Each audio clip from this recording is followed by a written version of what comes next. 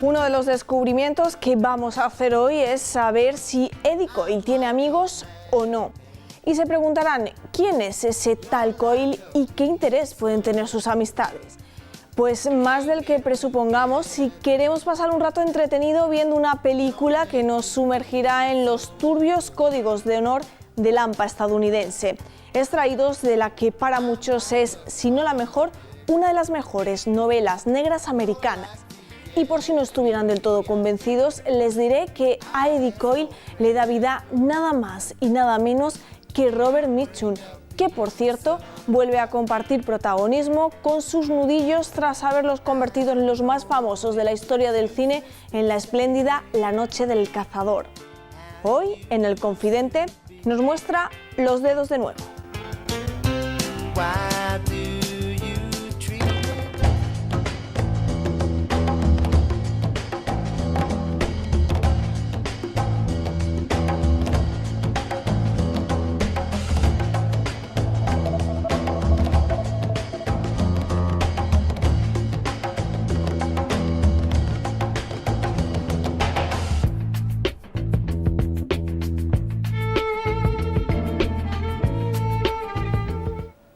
Todavía no sabemos si Eddie Coyle tiene amigos o no, pero aquí en el callejón ustedes van a encontrar seguro 4 amigos, amigos del cine. Antonio Lázaro, escritor, ¿qué tal? Muy bien, Percy. Hola. Hola. David Parajes, amigo y amigo, compañero del callejón y autor del del Cineclub, de Memorias del Cineclub, un blog estupendo que tienes, aparte de hacer otras muchísimas cosas. Por ejemplo, estar aquí pasándomelo pipa. Claro, y eso que no hemos empezado todavía a ver la peli. Bueno, ya verás. Y otro amigo del cine del callejón, Alberto Carpintero, guionista y director. Hola. ¿Qué tal? ¿Cómo estás? Parece que eres guionista y director de la película. Si bueno me presentas, pienso que soy de la película que se presenta. No, eres director invitado, eres muy joven Ojo, para ser qué guionista pena. y director de esta película que vamos a ver, Los amigos de Eddie Coyle, en inglés. Y en español se llamó El Confidente, basado en una de las mejores novelas negras, dicen los expertos del American Noir. Así que vamos a empezar con el escritor que la va a recomendar, Pues la peli. Habrá que leer la novela porque la película es muy buena, o sea que, bueno, Pues generalmente... la novela dicen y se que es dice que mucho la novela mejor, es mejor, o sea, pues, imagínate. somos fans del cine negro, creo, todos los que estamos por aquí, y de la novela negra, así que habría que leerla. Pues decir que luego veremos y debatiremos si el personaje que encarna Mitchum tenía o no tenía amigos, pero lo que está claro es que Robert Mitchum sí que tiene muchos amigos entre los que nos contamos, ¿no? Y actúa en esta película después de una carrera dilatadísima, pues esta película ya le pilla ya su etapa, digamos, de actor ya maduro, en declive, crepuscular, como queramos decir, pero por otro lado en el cenit de su sapiencia, de su inexpresiva expresividad, etcétera, y bueno, después de hacer 30 años el antihéroe más heroico del cine y entrañable, pues podemos considerarnos buenos amigos de él. Es uno de los argumentos para verla, pero no solo eso, sino que bueno, es un thriller muy novedoso, muy de la era setentona, muy distinto a la película negra de factura de la era clásica, muy distinta, a veces complejo de seguir por su laconismo, digamos, expresivo, pero trepidante en todo caso. Es una película que bueno, pues que te deja aferrado a la butaca, de manera que no perdérsela. David. Pues sí, es un poco retomando lo que acaba de decir Antonio. A mí me encantan este tipo de películas de los años 70, ¿no? Que tienen esta imagen tan identificable, tan especial, ¿no? Y concretamente, además, en esta época se hicieron un montón de películas que a mí me gustan mucho, sobre robos. Recuerdo la de Thomas Crown o la de Pelham 1, 2, 3, que son películas como muy dinámicas, ¿no? Hoy nos pueden parecer un poco excéntricas, pero que son muy divertidas. Esta realmente, aunque sea una película también de robos y se enmarque dentro del género negro, pero no tiene nada que ver, es completamente diferente. De hecho, para mí esta película es como bastante rara, bastante extraña, en el sentido de que es una película como muy austera, a veces casi parece un documental, por cómo el director Peter Yates va acompañando todas estas acciones que suceden. Es una película, la verdad es que diferente a todas, y no voy a adelantar más cosas porque la vamos a ver, pero para mí sí, tiene algo como de excepción. Es una película muy interesante. Al principio puede desconcertar un poco, pero yo recomiendo a los espectadores que no se asusten, porque de repente se van a sentir enganchados. No tiene nada que ver con una película anterior que había hecho Peter Yates, que probablemente sea la más famosa, que es una película absolutamente maravillosa, Bullitt, que también muy de su época.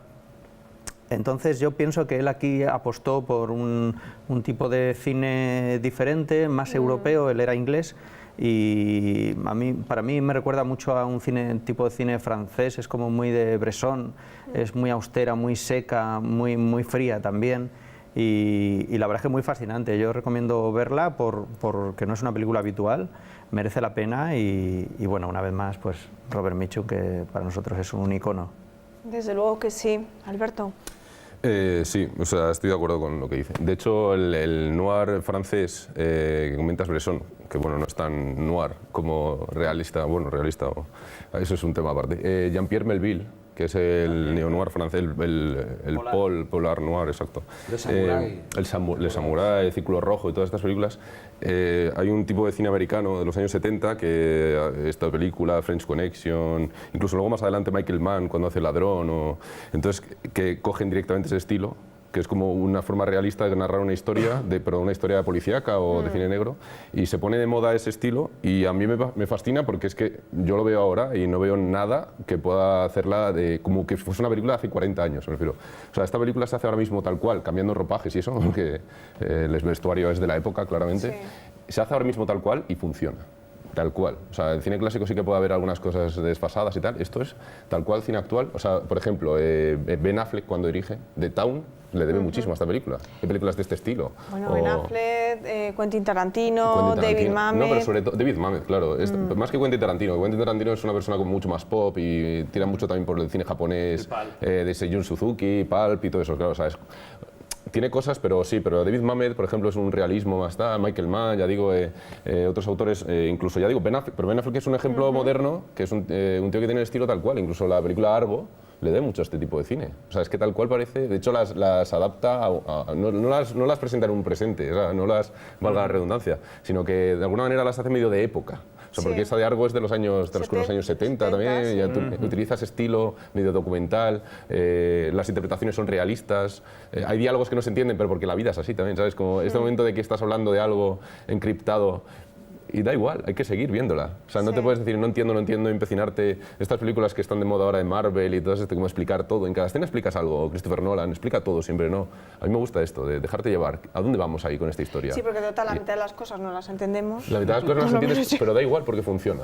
Y probablemente si en un nuevo visionado cojas más. Vamos, lo importante es, para no liar al espectador, que se dejen llevar y que disfruten de este tipo de cine, porque además hay acción, no solo es drama y tal, y que tiene unas interpretaciones alucinantes. A mí me encanta Peter Boyle también, vamos a decirlo aquí. Y bueno, y porque al final vamos a descubrir si tiene o no tiene amigos. Eddie Coyle. Eddie Coyle.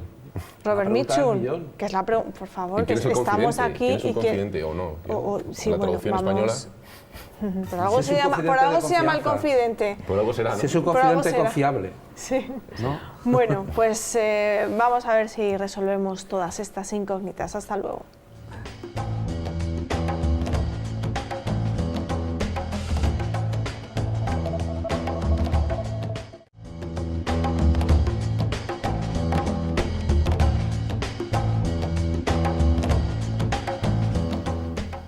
Sin complacencia ni compasión termina El Confidente, los amigos de Eddie Coyle, la película del año 1973 dirigida por Peter Yates que acabamos de ver. Mira que yo pensaba que Robert Mitchum estaba fingiendo ahí que estaba fingiendo dormir en el coche. Pues no, matan a Robert Mitchum. Pero es que yo creo que es un final acorde a lo que hemos visto anteriormente, porque es una película con un tono muy crepuscular, ¿no? Y yo creo que no cabía otro final. Este hombre lleva el destino, la fatalidad marcada desde la primera escena de la película. No, aquí no hay nada de romanticismo, ¿no? Que a veces se ve en el género negro. una especie de halo romántico. Es que no remarcan nada. Pero eso. nada. Es alucinante porque dices, está dormido, yo creo que lo piensa todo el mundo, pero es que cuando le matan, tú sigues pensando, bueno, ahora a lo mejor no lo han matado del todo, hace alguna cosa. No, este está muerto del todo, pero no lo han remarcado en nada. Eso es alucinante. O sea, claro, es alucinante. Que es un acierto que sea Robert Mitchum, ¿no? Este personaje, porque no te esperas que maten a Robert Mitchum. Y además qué potente es visualmente esa noche, ese paseo en coche con esas luces de neón, esa fotografía tan cruda, ¿no? Que se nota que ahí no hay truco, es casi luz natural, casi. Tiene mucha fuerza y esto, como el resto de la película, tan frío, tan seco, ¿no? Porque aunque Eddie Coyle es verdad que es un poco perdedor, pero es un tipo listo. Bueno, un tipo listo. Él pertenece se maneja viene bien. de otra generación, ¿no? De hecho, siempre está como aleccionando, tiene esos diálogos. Viejo. Sí, esos diálogos es un poco el profesor, ¿verdad? A mí me encanta cuando cuenta la historia esta de los nudillos, o sea, siempre está como aleccionando a los que están a su alrededor, ¿no? Bueno, es que si os fijáis, los personajes con los que trata, no digo el nivel del poder, que de eso hablaremos luego, el contacto del FBI o del Tesoro y tal, sino los traficas, los dealers, tal, son o teenagers o descerebrados o junkies. O las dos cosas. Pero luego no están listos, ¿eh? Y de otra generación. Y de otra generación. Sí. Luego no está listo, porque lo que marca el título en español de la película, El Confidente, de que tenga que ser el confidente para siempre y que de hecho que Peter Boyle, que es un tío que trata con él siempre, esté por encima de él, vaya un paso más, ¿sabes? Porque es el que delata realmente y hace que crean todos. Pero es que yo creo que es este tipo... O sea, no están listos. O sea, a lo mejor sí que era listo, pero tanto a leccionar. Yo creo que se él le ha está ido manejando unos códigos que funcionaban hace tiempo cuando él era joven, basados en la ética y en cierto tipo de cosas, bueno, ¿no? Sí, en la ética de los criminales. Del AMPA, sí. Sí, la ética del AMPA. Y el respeto a la edad, que incluso en el AMPA funciona. En el AMPA más que en ningún lado. El baranda o el jefe. Pero ¿sabes qué pasa? Rinconete Cortadillo, ¿no? El jefe del patio aquel. Pero era un viejo, el escritor de esta novela, que ha sido publicada en español por Libros del Asteroide, George V. Higgins, había trabajado, era abogado, periodista, y había trabajado como ayudante de fiscal y conocía muy bien contra el crimen organizado, conocía muy bien cómo se las gastaban. Entonces, quizá le da un punto de... él no es nada complaciente en sus obras literarias, le da un punto de veracidad, ¿no? que conocía, de realidad. A lo mejor otros autores del negro son más románticos y este no, claro. Clichés, ¿no? O sea, sí, juegan más con los tópicos, con los estereotipos. Hombre, y este autor, los autores sus novelas son muy impactantes. De novela negra, de novela policial y tal, generalmente tienen proceden generalmente de redacciones de periódicos de la América profunda, sección sucesos, ¿no? Lo que la crónica negra que hemos dicho en España siempre, que en Francia, por cierto, se llama Faits divers, hechos diversos. Esa es la crónica negra francesa, ¿no? Que luego ha dado el maravilloso Polar y que curiosamente es donde se refugian en Francia cantidad de escritores de estos que han seguido esta evolución en los años 40 a los 50, que fue la época dorada de la novela negra norteamericana y tal, que bueno, casi todos tuvieron problemas políticos con la caza de brujas. Y Francia hizo de gran país de acogida, hay que decirlo aquí, que luego se enriqueció, hubo como un feedback en el sentido de que arraigó un Polar francés, que es lo que antes hablabais Alberto y David sobre Melville, todo ese germen puede venir de ahí, ¿no? La afición al jazz hizo que acogieran muchos músicos que no recalaban ahí en general por razones políticas, en algún caso habría, ¿no? Pero los escritores sí, porque la mayoría, muchos de los que se vieron obligados a acogerse a Francia huían de la caza de brujas, ¿no? Y de la intransigencia con el izquierdismo y tal en Estados Unidos. De nuevo hay un resurgir del noir muy fuerte, tanto en literatura como en cine. Entonces, ahora en la actualidad. Claro, entonces, Hombre, yo del noir no lo sé, de este tipo de cine, o sea, tan con esta espíritu tan europeo, por así decirlo, ¿no? Yo pienso que al final, claro, no es lo mismo el noir que el negro, que el polar, que... En fin. pero beben de las mismas fuentes. Sí. Sí, lo que pasa que es verdad que en esta época en concreto sí que todavía está asociado a un cine de autor que ahora ya cuesta un poquito más encontrar, ¿no? Pero es verdad que es un género que realmente desde los años 30 prácticamente, ¿no? Que es cuando empezó a despegar, no ha dejado de practicarse en el cine, con sus variantes y con las circunstancias de cada país y de cada cultura. pero me gusta porque esta película, desde luego, marca una diferencia respecto a otras de su época, y es una película que a lo mejor no puede gustar a todos los amantes del género. Yo, poco por lo que decía antes, ¿no? Que parece, a veces parece un poco un documental por el detalle a la hora de desarrollar muchas escenas, los robos, por ejemplo. O sea, es como la guía para robar un banco. Y lección 1, vas a casa del tipo, le esperas, le vigilas, tomas notas, vas el desayuno, o sea, todo paso por paso. Realmente la película tiene un guión muy sencillo, pero porque se toma mucho tiempo en desarrollar estas escenas que son muy largas, pero por otro lado son tensas, ¿no? Siempre estás como, ostras, ¿qué va a pasar? Hay una violencia contenida. Y luego tiene una gran parte de costumbrismo, ¿no?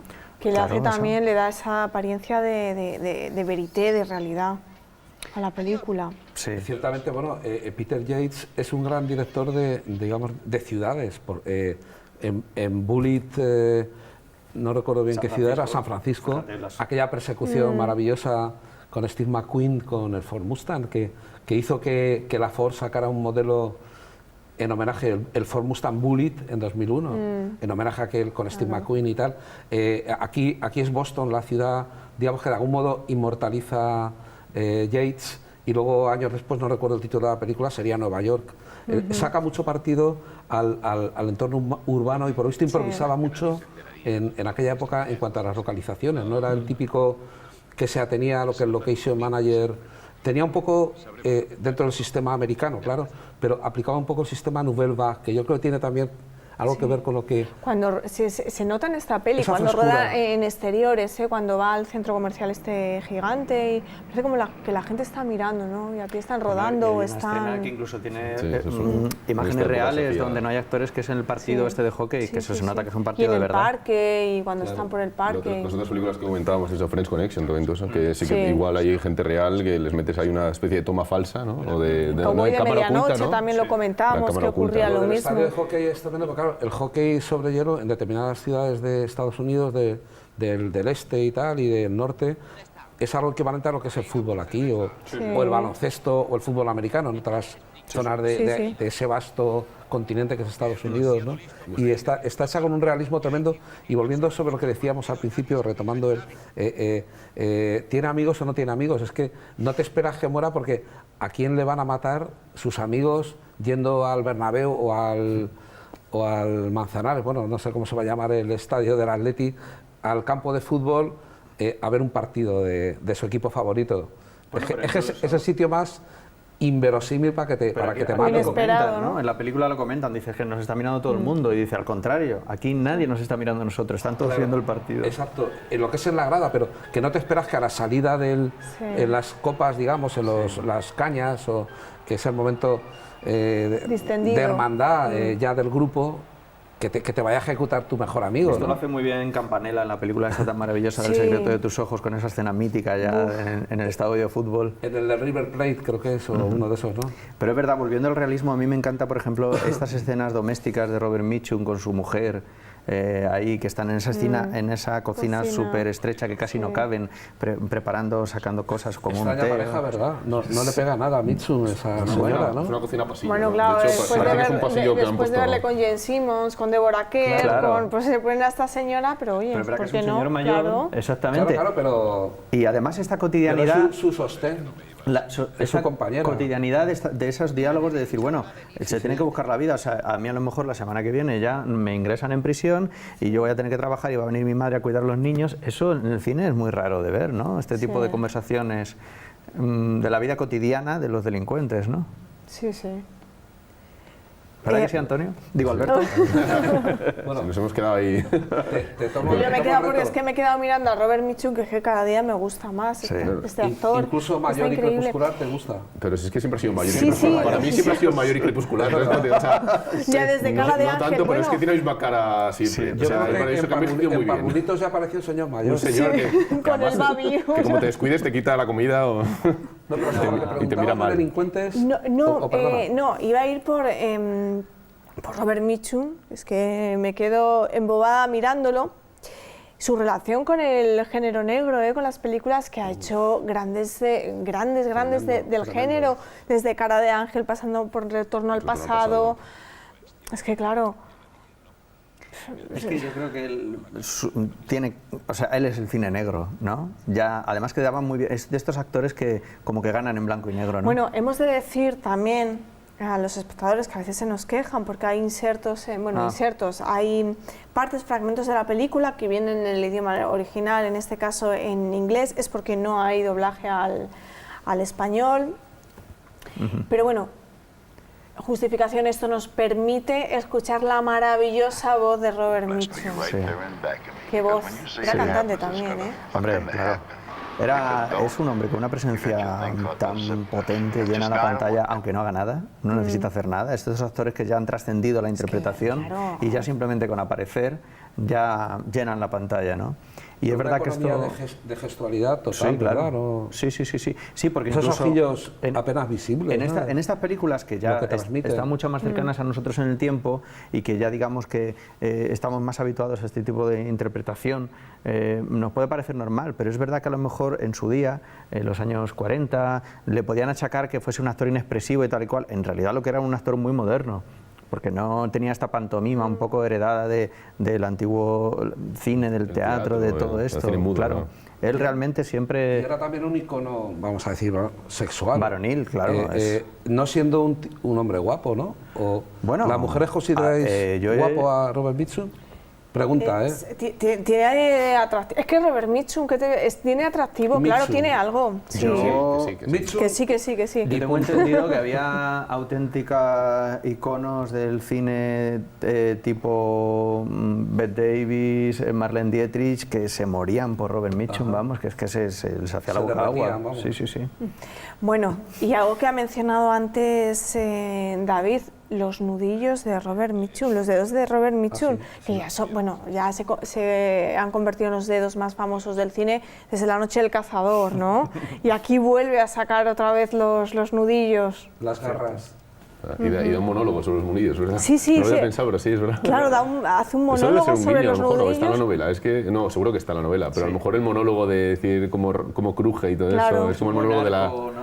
Sí. Puede ser, no sé. Las dos escenas. O una especie de homenaje, o no sé. Ajá. Pero sí que es muy interesante, la verdad.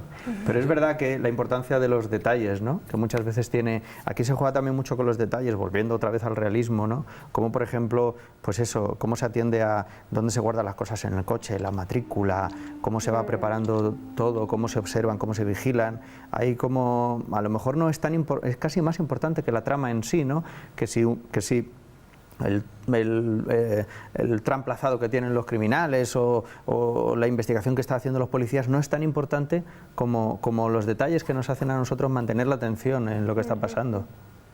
Todos los actores están muy bien en esta peli. Mencionabas antes a Peter Boyle, Es que el es jovencito un- Frankenstein, Es un ¿no? gran actor, o sea, a mí Sí. me recuerda muchísimo siempre a Jim Hackman. Es como los tengo siempre unidos, de alguna manera actúan parecido, tienen la misma estilo de interpretación, como realista y como Porque nos parecen como tipos bonachón, muy pero cotidianos, ¿no? claro, son como bonachones, buena Como gente y estar tal, pero por luego pueden ocultar turbiedad y me gusta muchísimo. Y aparte no es nada exagerado. Yo creo que nunca ha trascendido más allá de El jovencito Frankenstein o alguna película. Yo que sé, sí, salen muchas, pero nunca se le ha considerado un grandísimo actor, o no sé si en la época, a lo mejor sí, como lo hemos vivido. Pero fue muy conocido por algo Fue muy que hizo conocido, en sí. televisión, que una serie que yo creo que aquí en España... La de Taxi, o con una de estas, ¿no? No sé, hizo cosas en televisión que le convirtieron en muy popular. No, lo he lanzado ya Taxi Driver, que sale también. Sale Taxi. Sí, no, era otra serie que yo creo que aquí en España no se estrenó, no tuvo repercusión, no lo sé, pero que en Estados Unidos debió de hacerse muy conocido. Tiene que ser conocido porque es el segundo nombre que sale. Sí.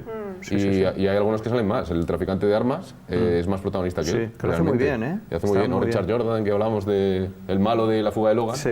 Ese hombre histriónico que a mí me encanta también. Es Y que está muy bien. setentero, Es ¿no? muy Yo setentero. es que claro, yo siempre lo identifico con las pelis de los 70, luego ya como que se le perdió la pista. Pero- Bueno, hizo muchísimas Sí. películas, ¿eh? Hasta los 90, ¿no? Pero es verdad que Casi 2000. no es un actor al que se le ponga nombre No, inmediatamente. sí. A todos nos suena su cara, todos le conocemos, hemos visto un montón de películas, pero siempre hizo muchos papeles secundarios o de mal o de cosas así. Pero es verdad que en esta película está Pues muy es bien, bueno, ¿eh? Sí. Es verdad, La fuga de Logan está un poco pasado. Sí, claro. Bueno, es que porque todos también es una está- película histriónica en general, ¿no? Pero en esta que es Con el realista pijama, está... Y el traficante de armas, que ese sí que no tengo ni idea de quién es, o no sé si... Pero creo también que está tiene muy cara como- bien. Es que claro, Está la muy bien. estética de esta película es tan de los 70 que a veces juega un poco en su contra. Yo no sé, porque a mí al menos me ocurre, me echa un poco para atrás la estética de los 70. A mí me La ropa, encanta. sobre todo, ¿no? A ti te encanta, bueno, o sea, que al final va por gustos, ¿no? A mí es que me echa para atrás. Esas chupas marrones Pero están talladitas volviendo ahora, así. están volviendo. No, Hay muchas ni las Coches, gafas. los coches. Siempre quise Bueno. tener una. No, pero en serio, ahora está volviendo todo eso. Igual que han vuelto los 80 y tal, hay ahora muchas series que es como adaptarse a los 70, incluso Fargo, la Bueno, segunda temporada. pues entonces es setentera. hibernaré hasta que pase esa semana. Tienes que hibernar, sí, sí. ¿Y los mini pools tampoco te gustan? Los ejercicios que acaban aquí en el ombligo. ¿Prefieres, Pues los, no. ¿Prefieres los 90? Y los pantalones de con los campana. colorines y esas Prefiero cosas los raras, 40, ¿sabes? los 30, Ah, claro. los 20 y si me... Yo también. Oye, si en un me- momento dado, una La pregunta. antigua Roma. Me La parece antigua que Roma. Eso. el traficante, el personaje del traficante, en un momento dado, cerrado el trato, le da un manotazo en el culo a Mitsun. Me parece que me ha parecido una falta de respeto al Eso, pero te maestro. las Igual lo he visto mal con las nuevas gafas y tal, pero me ha parecido una falta de respeto. no Como creo le que da como en plan Mitchum- colegas así, plum. Como que todo acaba muy bien. A lo y mejor digo, como que le bueno, quería dar más arriba y en la toma le dio así ¿Qué- abajo qué y la licencias? dejó el director, como está guay. qué licencia. Pero bueno, volviendo al tema de los delincuentes, es que en esta película la frontera entre delincuentes y no delincuentes Ya. es difusa, o sea, es brumosa, porque todo el mundo, de repente hay unos que atracan bancos, otros que mercadean, trafican con armas, uno que quiere redimirse de todo eso y hace de soplón para otro, ¿qué tal? Luego otro que regenta un bar y en su tiempo libre es sicario a sueldo. Todos, digamos que tienen un móvil por un sueldo, digamos, es decir, son asalariados en el fondo, del crimen o de la vida cotidiana. Sí, claro, si no serían psicópatas, quiero decir, es otra cosa, ¿no? No, O sea, pero no es el AMPA antigua, es un poco otra cosa, ¿no? Está más diluido. Y porque no sabemos lo que hacen los banqueros de la película, que salen unos cuantos. bueno, claro, claro. Pero esos también seguro que estaban ahí. También tiene su background, ¿no? Y luego hay otro aspecto que Peter Yates explora, por lo menos en aquella época de finales de los 60, principios de los 70, en Bullitt mismo, las relaciones entre mafia y Policía. poder. De hecho, Steve McQueen, el teniente Bullitt, lo que está haciendo es proteger a un testigo protegido, a un mafioso y tal, amenazado y tal. Pero eso es muy de la época también, de estas películas que hacía también policíacas, Clint Eastwood o...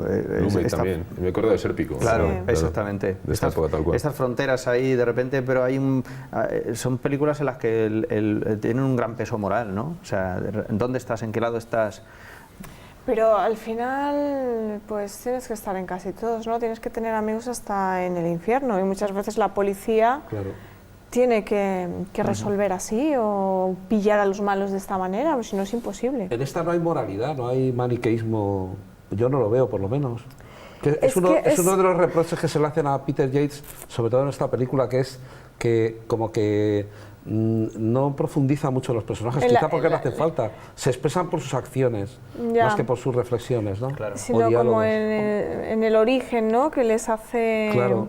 o las causas. Claro, yo las causas. particularmente, ahora que estáis hablando de esto, yo sí que diría que El Confidente es una película que me gusta, pero que no considero perfecta. Yo creo que abusa a lo mejor demasiado de los diálogos, sobre todo la primera parte siempre está a un paso de ser un poquito sosa la película, que le falta un poquito más como de acción o de distanciamiento, porque es verdad que además se va encadenando un diálogo detrás de otro, a veces casi sin solución de continuidad, ni planos de transición, ni es todo como, a ver, un momento, o sea, como que parece que con un hacha han quitado varias escenas y es un poco desconcertante. Ya, decíais, creo que eras tú, Alberto, al principio que Quentin Tarantino creías que no había bebido tanto de esta película.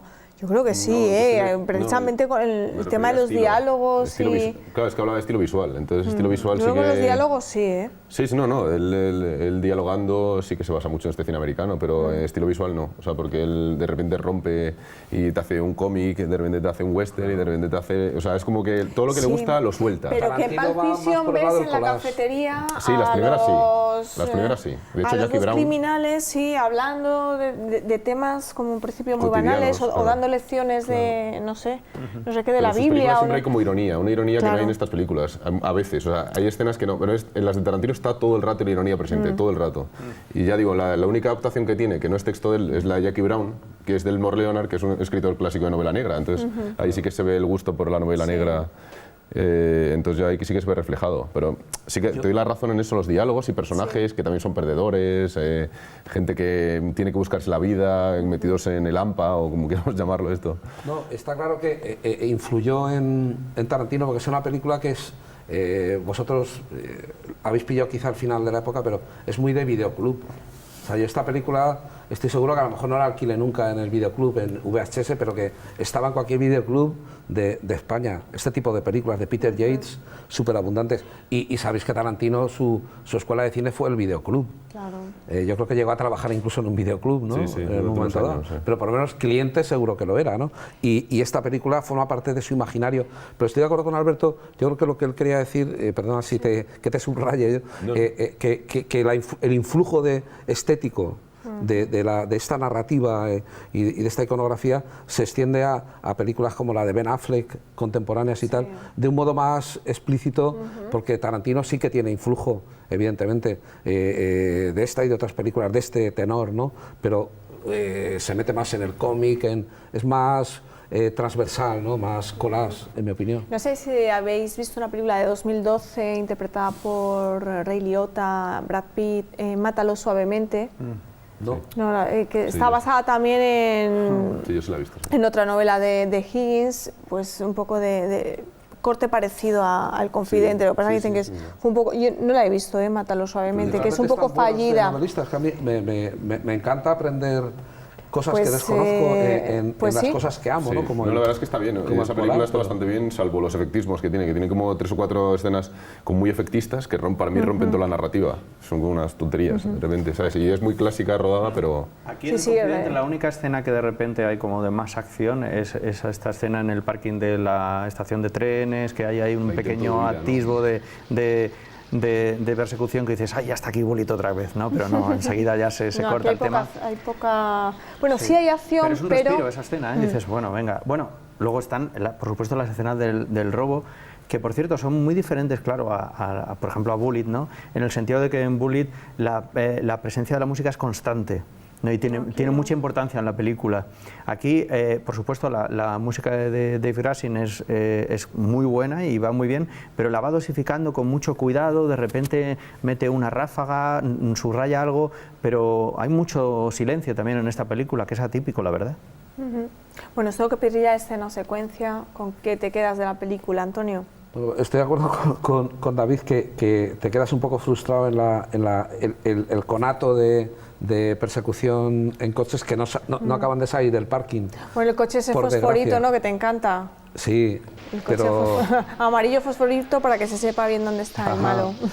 Y bueno, pues quizá cualquiera de los atracos por lo que tienen de minuciosidad en el montaje y de frialdad total, remarcada por esas máscaras que son como de la escena de Kubrick, ¿no? Del Ataco Perfecto, sí. Y de Ataco Perfecto y de la última, del baile diabólico, de Ice White Sat y tal, que son como hieráticas, y ponen un punto de tragedia griega de repente que claro, estar en un atraco debe ser mucho peor que sufrir el fatum de los dioses, ¿no? En una tragedia griega, verte involucrado. Y cualquiera de los, creo que son 2 o 3, los atracos, me parece, para mí sería mi escena favorita.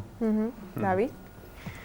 Pues yo vuelvo a la escena con la que hemos empezado. A mí me entusiasma el final, toda esta escena nocturna, esta muerte esperada e inesperada al mismo tiempo, ¿no? Porque dices, bueno, ¿de verdad le van a matar? Bueno, ese adolescente que tiene un examen al día siguiente. Que es un personaje que no aparece en toda la película, de repente un chaval jovencísimo, y te das cuenta de que realmente este mundo del que proviene Robert Mitchum ya ha cambiado, ya es otro, ¿no? Ya no, ahí no hay ética ni moral, ni aquí ya son pues esos chavales que para ganarse 4 perras pues se cargan a un tío ahí en un coche y cosas así. Toda la parte final me entusiasma, me parece estupenda y un final muy coherente también con todo lo anterior de la película. Alberto. Pues mira, es difícil elegir una escena, yo creo, en esta película, porque lo que hablábamos, que tiene como una especie de coherencia y una cadencia y tal, que está todo muy bien, pero en general muy bien, pero como que no hay escenas que resalten, ¿sabes? Como que sobresalgan, como en otras películas es evidente. ¿Sabes? Aquí como tienes que buscarla un poco más. Mientras hablabais estaba pensando, y es cierto que los atracos yo creo que es lo que destaca más, y ese conato de huida, ese intento de... Yo creo que es lo que más destaca, pero ¿sabes lo que me gusta ahí mucho? Que está dentro de los atracos, en los planos de... que es una cosa más, no sé si quiero una escena, perdona que rompa y tal, es simplemente esos planos de esos empleados, parcos, o sea, es que me gusta porque son lentísimos. Es un plano a lo mejor que dura 30 segundos de gente así escuchando. Claro, pero lo que dice es como, tenéis que hacer esto porque no sé qué, no sé cuánto y tal. Y de hecho me sobresaltó bastante el que le da el botón. ¿Qué has hecho? ¿Qué has hecho? Bueno, a mí porque hace así como orgulloso. No, si es que ya demuestra su naturaleza. A mí cuando me sobresaltó es cuando le dice el atracador, no está nada mal tu amiga, y dice otro, ¿a que sí? Ya, es verdad. No, al final acaban matando, claro. Bien introducida está esa escena, ese primer asalto que ya va la mujer tranquilamente a trabajar como cualquier otra mañana en el banco y el otro recibe la puerta y dice, nos están atracando. Y ya entras y está todo el pastel montado ahí, ¿no? Es verdad que, claro, como tienes el antecedente de los otros asaltos que has visto, pues dices, vale, ya estamos aquí en otra escena de estas, pero es verdad que es hasta la cotidianidad del crimen, ¿no? O sea, ya es como una fórmula. Una rutina. Una rutina de... Sí. De hecho, al principio, mira, también me gusta mucho pensándolo, cómo empieza la película, hay un momento que van siguiendo al director del banco y todo eso, y cómo lo están mirando, y no sabes muy bien aún de qué va la película. Y está rodado de tal manera que tiene un montaje interno, más que montaje externo, que luego sí que coge... O sea, el plano gira cuando baja el coche, y de repente se queda con otro coche que está más lejos, que está observando, no sé qué, ¿sabes? Como esas cosas de jugar con el primer término, el tercero, el segundo y tal, que hay bastante de eso y está muy bien. O sea, creo que ahí es un gran trabajo de Peter Yates. Sí. Y ya digo, yo me voy a quedar con esos detallitos, más que por grandes escenas, que creo que está plagada de cosas buenas, la verdad. Sí. Bueno, pues claro que sí, tenía muchos méritos esta película para estar hoy en el Callejón de las Maravillas. La de la semana que viene seguro que también los tiene. Hasta entonces.